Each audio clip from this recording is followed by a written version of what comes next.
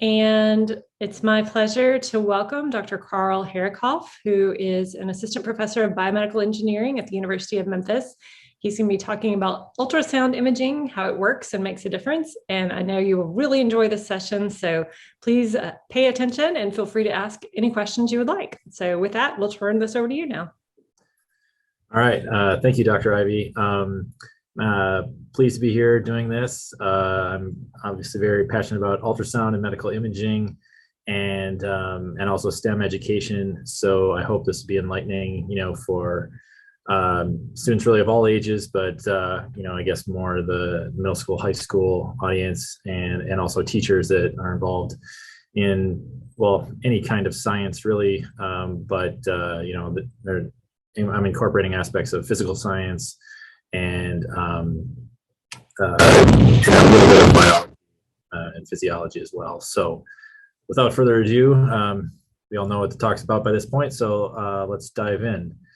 So I'll give a quick background on my experience. I was on a previous related talk, I was asked to give the students some perspective and kind of like my path, but then I'll dive into how ultrasound works, kind of where it came from, its uses, and a couple of comments about the future of the field. So really quickly, my background, I got my bachelor's degree in electrical engineering and then decided I wanted to do something a little more applied and more directly helping people, at least in theory. So I got my degree in biomedical engineering, and from there went to industry and worked at Philips for about 2.5 years in their advanced ultrasound transducer R&D group.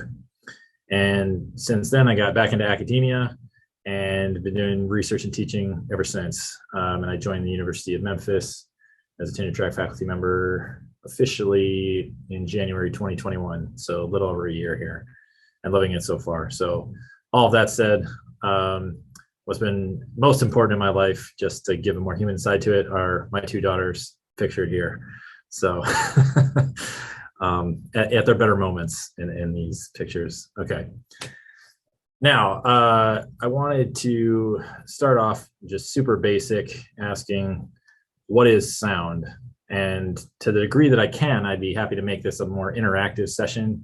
So if anyone wants to venture a definition or thought, I will pause and invite you to.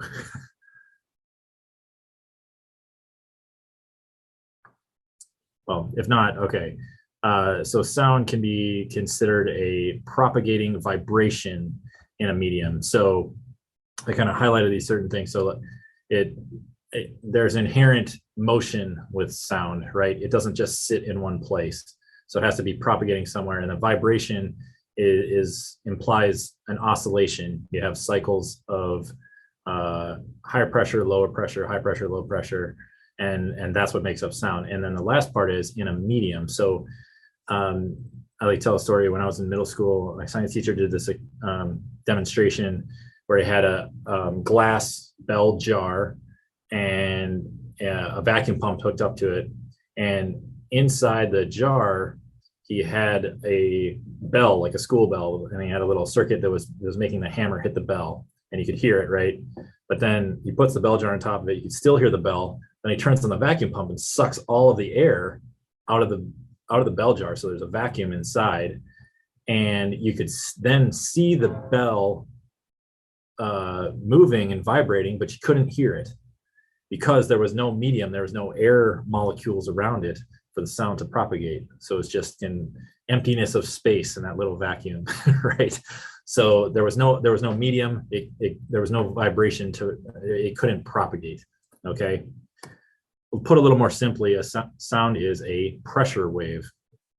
So this is a point at which I kind of like ask students, well, what's pressure and how is that different from a force? Well, pressure is force over unit or per unit area, okay? All right, and then I kind of lighten it up with a little riddle to illustrate a point. It'll be clear in a second. So this is from an old Geico commercial where if like a tree falls in the forest, right? But then if another tree gives it an ultrasound, the question of the riddle is, can you hear it? And then who says yes? Who says no? Okay, well, the answer is no, you can't hear it because the definition of ultrasound means that you're above the range of audible frequencies that humans are able to hear. Okay, and that kind of cutoff point is roughly about 20 kilohertz. So sound above 20 kilohertz, we can't really pick up. As you might know that, certain animals like dogs can have a higher range, but at a certain point they wouldn't be able to hear ultrasound either, at least at the frequencies we use for medical imaging. Okay, so then next thing I talk about are, well, there's a little bit different types of waves that are mechanical in nature.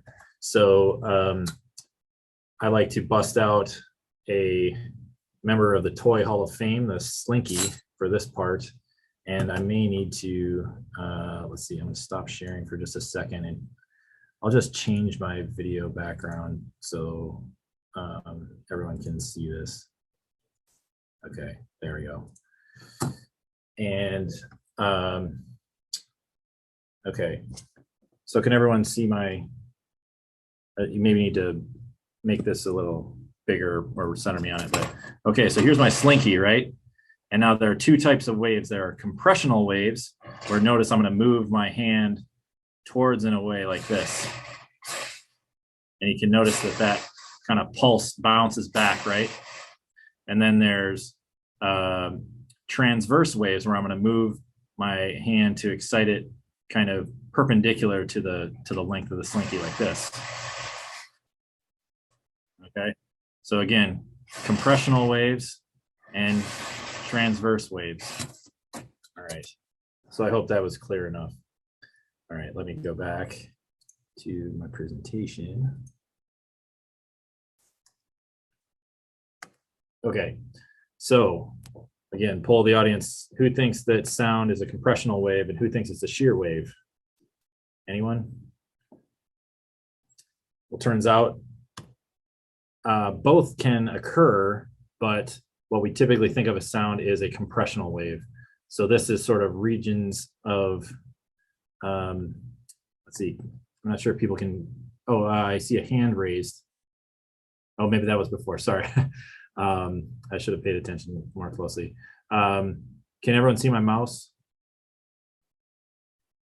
on the screen? Yes. Okay, great, thanks. So this would be a region of high pressure, right? And this would be a region of low pressure, right? And so you can see kind of how this is like positive pressure and negative pressure, positive pressure, negative pressure, and that creates the pressure wave as it's traveling. So, all right. But then, okay, another thing I want to do is share a browser window here. Hold on.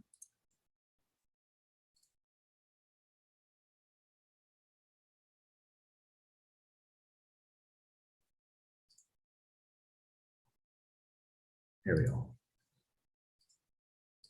Okay, everybody can see this thing. So waves can interfere. So if I turn on one of these, it's going to show the cycles of positive and negative pressure. The positive pressure being like the bright whitish regions, and then the other kind of darker regions are the low or negative pressure.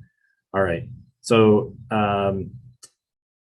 so that's what happens as a wave propagates. And now what I can also do in this demonstration is show how the particles move. So this is just kind of a steady state, right?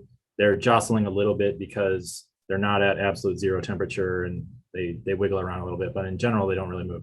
So when you turn on the pressure, you can see how this propagates, right? You get regions of positive pressure and then the kind of stretched out negative pressure regions. And if you kind of lock on to one of the red particles, you'll notice that its motion is really kind of back and forth, left to right. And it doesn't really have any net motion. It's really only the wave that propagates past it. So the wave has the energy, right, and is moving, but the net motion of the particles is actually zero.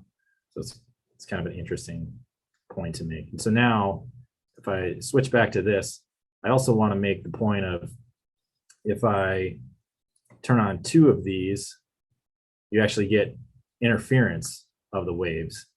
And what's interesting about this, when you look at it, is there's, off at an angle, there's this region where it's kind of a transition between the whitish and blackish regions, right? That's sort of gray, and that goes out at kind of a line at an angle. And so there's actually destructive interference happening like this. And so this is what creates what we call beam patterns, right? So straight down the middle of this, between these 2 sources on the left, you have constructive interference, right? And you get bright white and dark black regions, right? That are kind of straight ahead. But then as you kind of move at off axis to these more oblique angles, you'll see regions of destructive interference and then constructive interference again.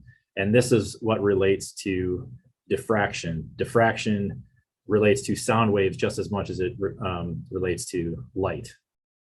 Okay. Are there any questions about that much? If not, I will keep going. Okay, switch back again. But how do you make the image, right? Well, how we do it with an ultrasound scanner is we control the, well, actually, you know what? I'm going to back up. So what I was attempting to show here is that this is an acoustic levitator, and I put this tiny piece of, let me give it black background here. All right, does that help? Can you see the teeny tiny piece of tissue that's floating there? Yes. Okay. And we can hear you perfectly now. Great. Okay. So it's just the power of sound and the pressure waves generated by all these transducers that are kind of focused at the same point in the center that's creating like a standing wave field of pressure. And that's what's causing it to just sit right there. And what I can also do is very quickly disturb the field by passing my tweezers underneath it. So it's like floating like magic. Okay. All right. Any questions about that? Okay. Let me, usually students are really impressed when they see that in person. So set this up. All right. There's someone in the waiting room, sorry. Okay, there we go. Okay, let me go back to my slideshow here. Now let's talk about how we make an image. All right, we do it by electronically controlling the timing of pulses on an array of elements. Okay, and that'll be clear what I mean by that in a bit. But this allows us to both steer and focus a beam in a particular direction in space. And then we're able to control how we direct and then sort of sweep that beam through the field or within the tissue. And then we get echoes of different directions, and that's how we put it together. So to better illustrate this, we can do focusing just like an optical lens, except we do it electronically. So what happens with light when it enters a lens, you have kind of these wave fronts, and then since light travels more slowly in glass than it does in air, it takes more time for the wave to travel through the thickest part of the lens than the thinnest part of the lens. So it emerges sooner from the thinnest part of the lens, and that ends up giving you kind of this bent wavefront, right?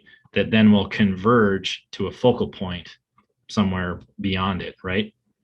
So we do the same thing electronically. So like this is how sort of like how the electronic excitations would arrive in time across different elements of an ultrasound array. So this is like the type of thing that's inside of an ultrasound probe.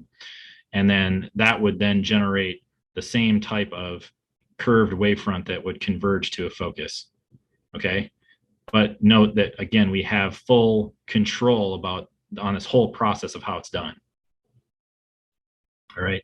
And again, so that's what's inside an ultrasound array. So then we could get a beam that if you were to take kind of like a long exposure photograph, if you will, of the propagation of that, you would see how it would constructively interfere, and you get this focal gain in the focal region that's kind of the bright red oblong space there. And so that's what gives us our nice tight lateral resolution in ultrasound. Okay, so let's break this down a little bit more. Again, there are sort of what we call time delays that we would, or phase delays that we would apply to each element across the array. And then as those emerge, they add up constructively, create these wavefronts, and go into a focus. Okay, so we're just kind of reiterating that.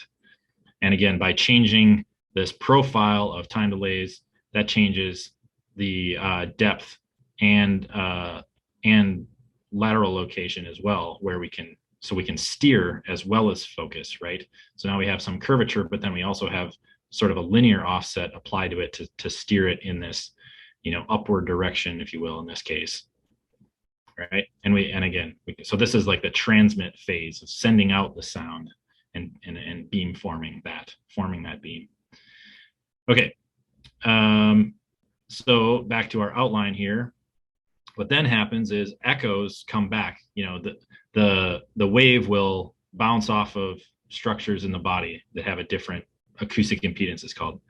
Okay, and then all of the image reconstruction is based on the time to the echoes. So the longer time it takes to receive an echo means that structure is farther away, and the stronger the echo we get relates to the brightness in the image. Okay, the amplitude of that pressure wave that gets converted back into electrical signal. All right, so we do the same type of process on the receive end of things to sort of listen in a given direction. Just like we send out a beam in a particular direction to a particular depth, we do the same type of process kind of in reverse. And then one beam gives us one line of an image, okay? And this all happens really fast. So given the speed of sound, it can travel to 10 centimeters depth in, less, that's like barely 10,000th of a second, right? Okay, so to receive an echo, so say sound went out, it hit off this little scatterer out in the medium, and then you kind of get a spherical wave echoing back. Well, then the sound becomes incident on your transducer array. This turns it into signals, but now these don't really add up, right? Because you have the curvature from this wavefront. So then you have to apply receive delays that will listen to that particular point. And if there's something scattering sound from there, it'll end up lining them up in perfectly in phase. And then you have a summing circuit, and then you get your net signal in the end. Okay, so before we were kind of looking at it from left to right. Now we're going from right to left in this whole process. Okay, and we call this delay and sum beamforming. That's kind of the conventional standard for ultrasound. Okay, and given another example of how this looks. So if you were to have your array along the top of this, here, maybe I can do this. I'll do a laser pointer. So if your array was across here and each one of them was receiving signals in time related to kind of the range that it was receiving, you would get some curved profiles like this from scatterers that were, say, along the center axis. And so then, okay, so after you do the delay and sum beam or delay step, it would end up lining things up, right? So now your wavefronts are sort of flat, and then you would basically add in that like horizontal dimension, and then you would get a single signal versus depth. And then you would sort of detect the envelope of this and convert it to brightness values, and that would be one line of your image. Okay, so back to this, and we would say, okay, we'll basically repeat this process for lots of different lines that are adjacent to each other, and that's how you build up an image. And we can do this really fast in real time, so you don't even, your naked eye can't distinguish things. There's no lag, there's no delay if you're doing this 30 frames a second or faster. Okay, So there's a couple of different schemes by which you can do this. You can, sort of just step them in parallel next to each other and get a sort of rectangular image, or you can sort of angle the beams left to right in sort of a fan shape. And so then you get more of a sector image like that. Okay. All right. Any questions? I want to pause for questions if there are any. And we can also save them for the end if need be. So I want to talk briefly about kind of how ultrasound came to be. Discovered in 1880 by the Curie brothers, and they discovered the piezoelectric effect, which is what's utilized by most ultrasound probes, transducers. There are other forms, but that's the predominant one. So then early 1900s, we had a lot of innovation in radio communications and flight. And that doesn't seem maybe directly related at first. Radio does involve waves, however. But then when the World War started happening, World War I, you had the earliest submarines being used, and also some airplanes. And so detecting these became really important, right? And so that brought about sonar and radar. And the whole idea is kind of range finding. So how far away is something and what direction? That gives me the position, right? And because we leverage that, as we've seen, right, in ultrasound, we're kind of stealing all these principles developed originally for sonar and radar. Then, as it turns out, they first used ultrasound for non-destructive testing, which is like putting a transducer onto, say, a big piece of metal to look for flaws or internal imperfections that could lead to cracking and failure, which of course would be really important in, say, the body of an airplane or something like that. But then some engineers in, I believe it was originally Scotland, got clever and said, why don't we try and look for structure inside the body? And so they did. So that was kind of middle of the century when they first started using it medically. And that wasn't even imaging. That was just getting a single line, a signal they just kept sending to see the echoes coming back. And they could look at, say, the heart moving and derive some idea of whether that motion was normal or not. And then eventually the electronics and computers became more prevalent. They integrated all these innovations to bring about live 2D imaging in the 1980s and 3D imaging in the 2000s. So probably everyone who's had a baby in the last 10 to 15 years has, been given an ultrasound where they see the 3D face of their baby before they're born, which is pretty neat. And actually, I did a project with a couple mentees where we did this on this is sort of just a test phantom. It's basically a doll inside a big bubble of ultrasound gel. But, we were just kind of hacking away at it, and we actually got a pretty good image, just sort of simply thresholding that and rendering it in 3D. Okay. So other reasons to get excited about ultrasound. It's really fast, as I mentioned, over 30 frames a second gives you this perception of real time. And another key thing clinically is that ultrasound can image blood flow. So CT and MRI can't really do that.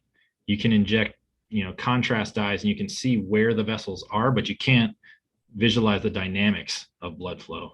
Okay, that's very unique to ultrasound, and I'll demonstrate that in a bit.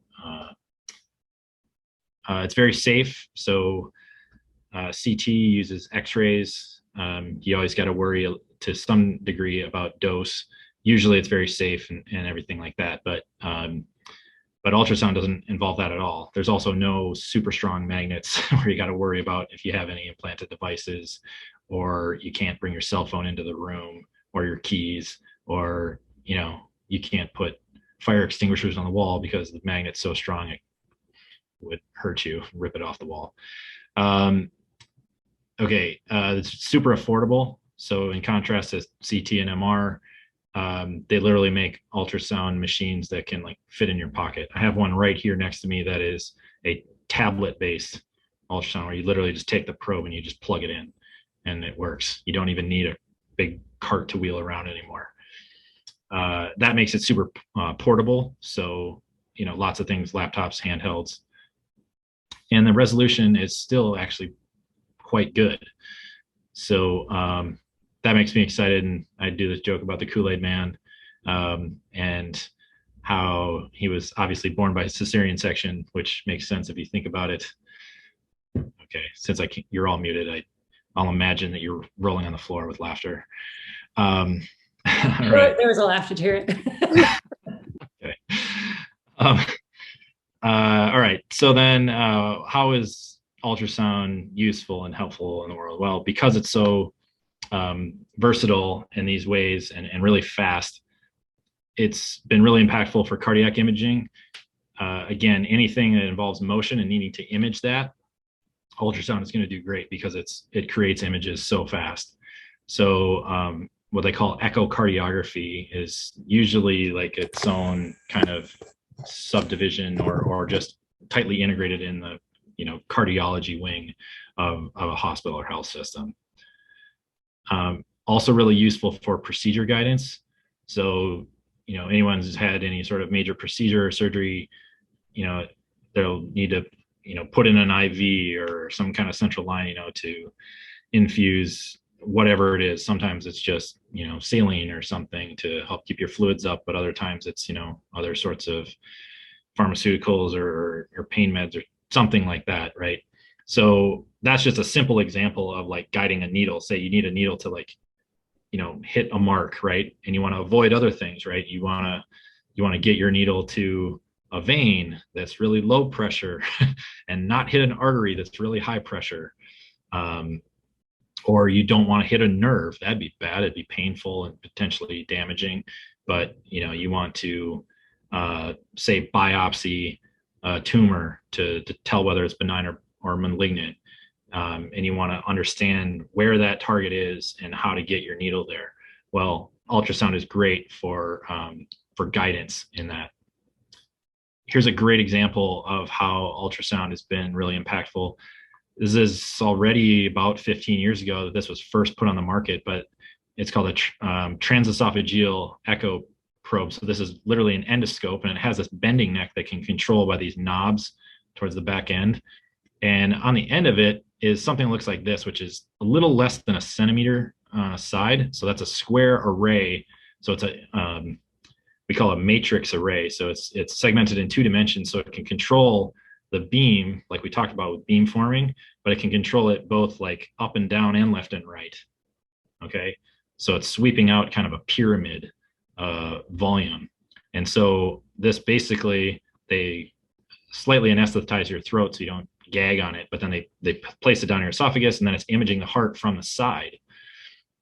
And it's amazing what this has enabled, because you can get these 3-dimensional images, so you can kind of appreciate, you're kind of looking top down on this sort of pyramid of data, and you can see the different chambers and the different valves. And it's really cool when you see this in real time. So I'm actually going to try to do this. Let's see, I'm going to stop sharing this, and then I'm just going to share my screen straight up and go to, oh, there it was, my media player. Okay, so here's an example of just the heart beating. You could see the valves going. Here's another view. Let me go back to the other one. So this is sort of the long axis view of the heart. So you have an atrium right here, and then a ventricle, I think, beneath that. And so you can see it pumping back and forth. And so doctors are really interested in, how are these valves, these leaflets of the valves moving? Is that normal in the rhythm and stuff? This is looking, I believe, at the left ventricle of the heart. So you're kind of more in like a short axis cross section. So you're seeing it's squeezing, right? And seeing the thickness of that wall and making sure that that's also normal. You don't want that too thin or too thick. Okay, now this is what's really cool. So this is in 3D, kind of looking straight down a heart valve, right? And seeing the chamber, how it's moving. And this is enabled just really incredible, minimally invasive procedures. So what used to require, cutting your sternum, opening up your rib cage, open heart surgery just to get in there and diagnose exactly what was wrong, and then try and fix it. And hopefully they do. And then you sit in the hospital for 2-3 weeks laid up before you can, get up and walk around or go home. Now they can do this all with this type of probe, giving them kind of live guidance and feedback as to, did they place the device correctly? And they can, deploy devices over like a catheter or guide wire that just has a small insertion from a needle in like your arm or something, or your thigh. And, they just wait for that little part to heal on your leg or your arm, and you can go home the same day, which is just amazing in terms of both effectiveness and cost savings and time savings and everything else. Okay, so let me change my sharing again here. Okay.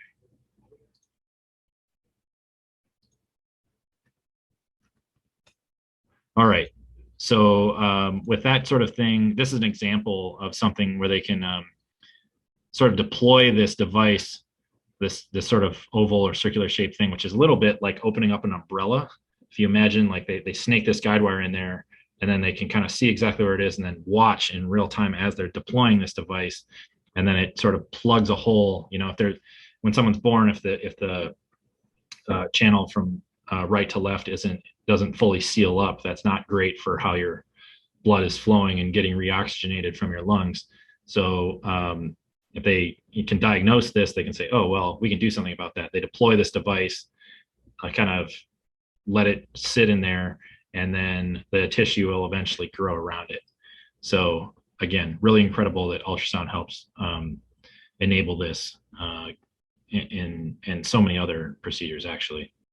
Okay, so back to this, the fact that it's safe and fast, as most people are well aware, and maternal fetal imaging, this high level of safety is really great, right? You're always getting, I don't know, 2, 3, 4 ultrasound appointments over the course of a pregnancy. What's a little bit more recent, as I mentioned, this trend towards portability and affordability. So this is an example of a product that only costs about $2,000, this probe, and you plug it into an iPhone, and it can give you live imaging, and it's even capable, I believe, of 3D imaging. So you still need some practice and training to use it well and effectively, but it just gives you an idea of where things are going in terms of, a lot of people have this vision that portable ultrasound is really like going to be the next stethoscope that everyone learns how to use and is effective with it from early on in their medical training. Okay. And then of course, in terms of, you can imagine, you're not going to get a big X-ray machine or CT or MR into remote or low resource regions, right? But if it's just something you have in your pocket to go with your iPhone, you can bring that anywhere, and then you just need someone with a little bit of skill to make or do the acquisition and get the diagnosis. Okay. So the last thing I want to do, I'll stop sharing, but I want to fire up this tablet here, and then I'll do a sort of live demo of ultrasound acquisition here. So I have, this is an ultrasound probe. This is a tablet that it plugs into. Okay.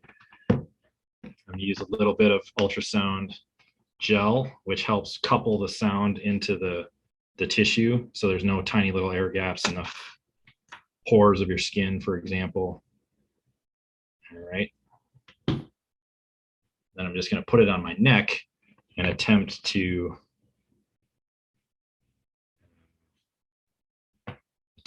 image here. Okay. Wait, there we go. So let's see. All right, there's my carotid that's pulsing. Can you see it? Yes. Yeah. And then right above that is my jugular vein, because that is not, that's more consistent flow, right? Your arteries come like from your heart, and so they're pulsing, but veins are just kind of draining things from your tissues. And let me try and go a little bit higher, and I can see if I can. I did this before where I could see where my carotid would bifurcate and split into two. A little tricky because I'm doing this. Maybe it's about there. It's further back. Okay. Anyway, you get the idea, right? That's really cool. Can you explain what the color scale indicates on there? Oh yeah. Okay. So ultrasound. These modes are called Doppler, and technically the principles are slightly different, but it's a similar kind of effect where they can detect changes in motion that are coming towards the probe or away from the probe. So they're encoding things that are coming towards the probe as these kind of orangish reddish colors, and flow going away from the probe as the bluish teal colors. Whoops, sorry. So that's what's happening, and that's how they encode it. Does that answer the question well enough? Yes, thank you very much. Yeah. All right. Any other questions? Again, this is a really cool demo. In person, I'm a little reluctant to just let anyone do it, just for ethical reasons, and technically, you should be doing, consent forms and all that kind of stuff. So it's okay to do a demo on myself, though. All right. And girls and teachers, if any of you have questions, you can feel free to unmute and ask. There's so few of us, I don't think we're in danger of talking over each other.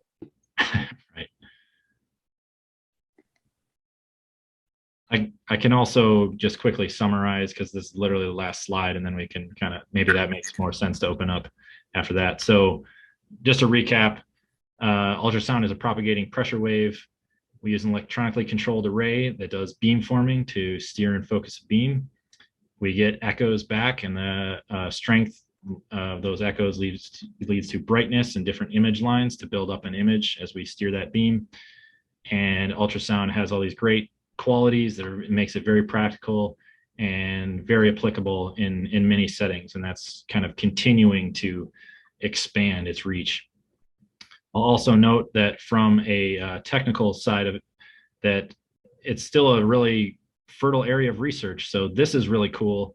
This is just within the last 10 or 12 years. This is what they call functional ultrasound imaging. So this is a rat that's been sedated, and the top of its skull has been surgically removed, and then they're imaging changes, very, very sensitive, minute changes to the blood flow in the brain that relates to neural activity. So you can imagine, so what they're doing here actually is they're tickling the whiskers of the rat on one side while it's sedated, and the one side of its brain is then sort of lighting up with activity in response to that. And it's really kind of hypnotic and fascinating to see the signals propagate. But you can imagine, there's activity in a certain part of the brain that's going to then demand a slightly higher amount of blood supply. And it's those really tiny changes that are being detected with ultrasound to relate to function in the nervous system. So really cool stuff in this field. I love it. And I'm happy to, teach people more about it and build out the reach and scope of my research. So that all being said, I hope you enjoyed this talk. Happy to pause and answer any questions. Thank you. That was super interesting. Who would like to ask the first question?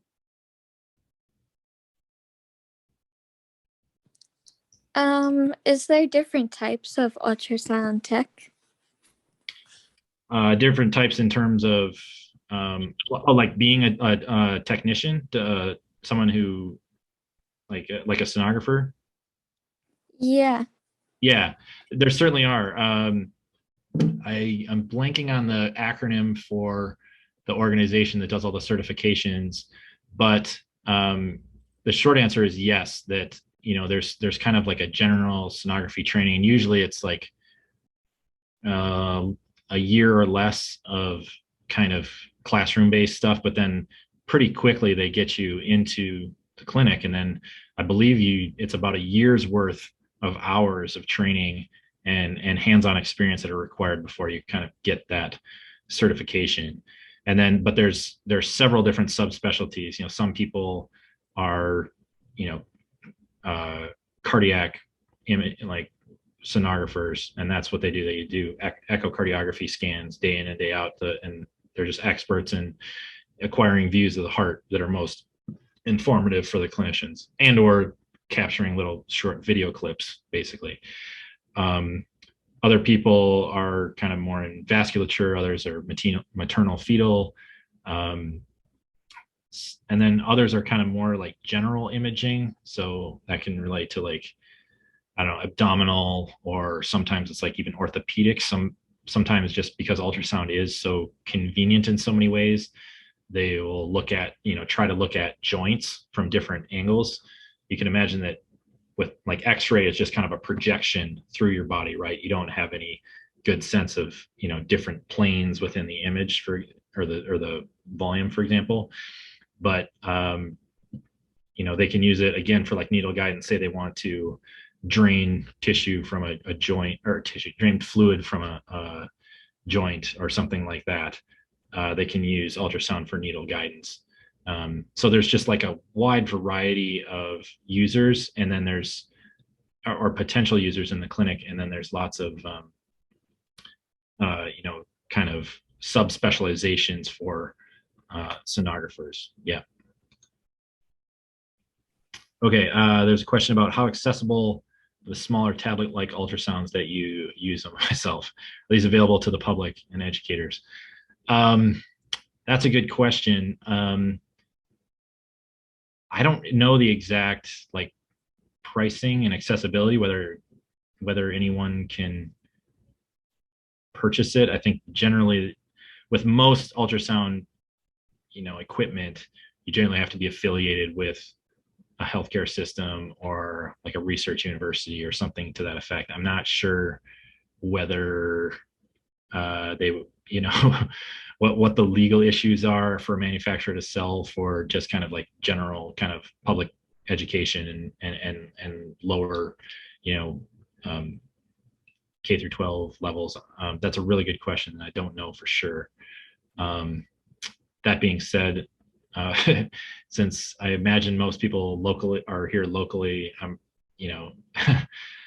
it's not too hard for me to bring this one out to do a demo sometime. How do you know what's wrong with the photo?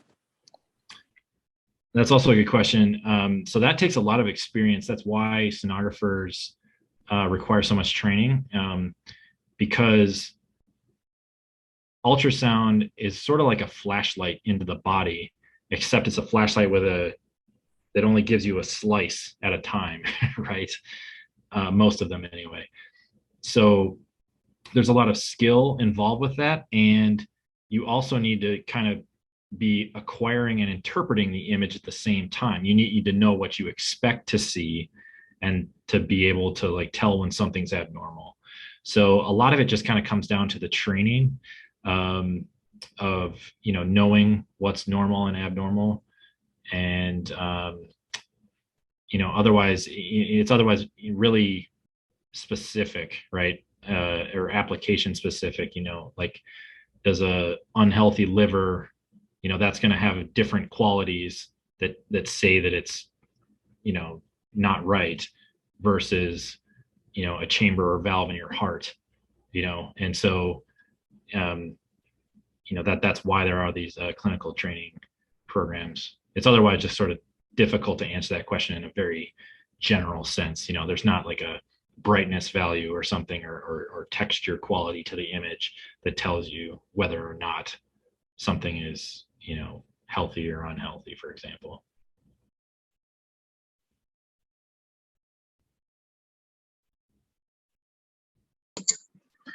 I had a question about the 3D imaging. Mhm. What exactly is different with the 3D? Oh, really good question. So 3D, here, let me exit out of this so you can kind of see me again. So as this probe shows, this probe just has like a row of elements, okay? And so you can control the timing left to right, to steer the beam basically this way, back and forth, but you have no control of the timing or distinguishing up or down.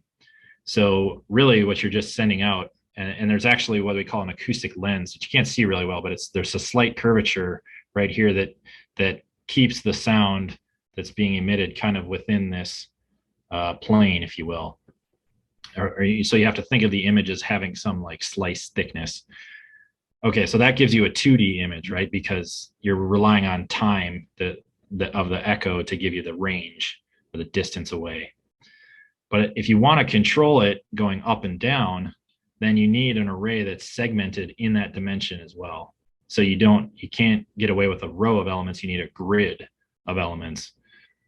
But you can imagine if there are n number of elements this way, you would need n squared number of elements that would need to be controlled by your system, which makes for a probe that's a lot more expensive and a system that's a lot more expensive to integrate all those electronics, process all that data, everything else to generate it in 3D. So those systems that do the really cool live, heart valve beating for guidance and stuff, those are not cheap. But in general, that's how it works, or what's needed to make it work. Am I answering that well enough? I could definitely go on about more nuances, but I want to make sure it's relevant. No, you answered it. That's awesome. Thank you. Okay, thanks.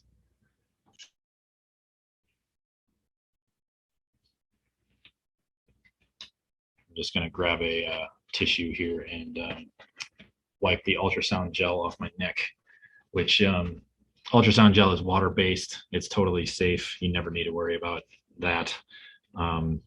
It does kind of just dry up by itself, but leaves just the slightest bit of film. So it's, yeah.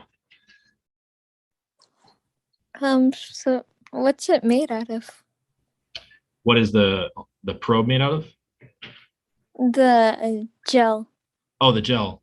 Well, let's see. Water soluble. I mean, I'm not a chemist. I don't know exactly, but maybe you can share a little more about the purpose of using it. Oh, sure, yeah. So basically, I mentioned in some contexts how the sound gets reflected from when you have different acoustic impedances.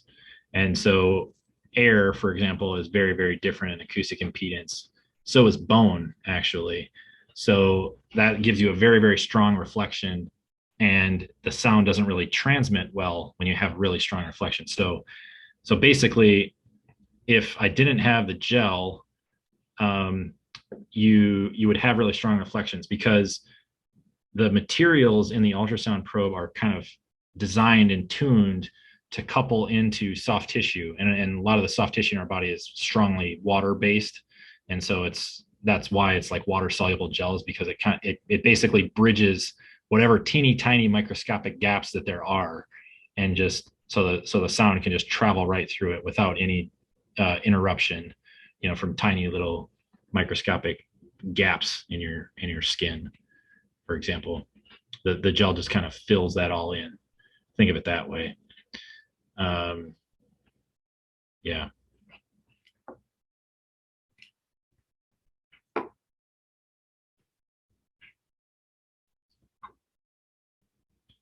Does anybody have any additional questions?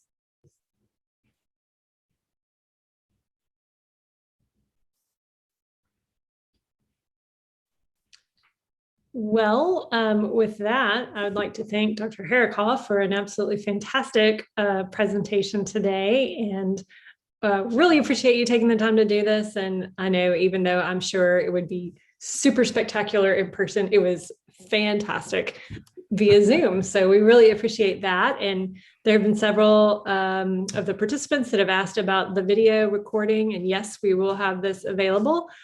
So once we're going to edit out the little audio glitch there in the middle. And then once that's ready, we'll load it to our YouTube channel, and then we'll share that link back out with everyone. Okay. Thanks for everyone for your patience as well with the switching back and forth in different applications and all of that. I made it as smooth as I could under the circumstances. Well, we really appreciate you taking the time to do this. And thanks to everybody that was able to join us today. And we hope you will come back for our next sessions. Thank you, everybody. Thanks.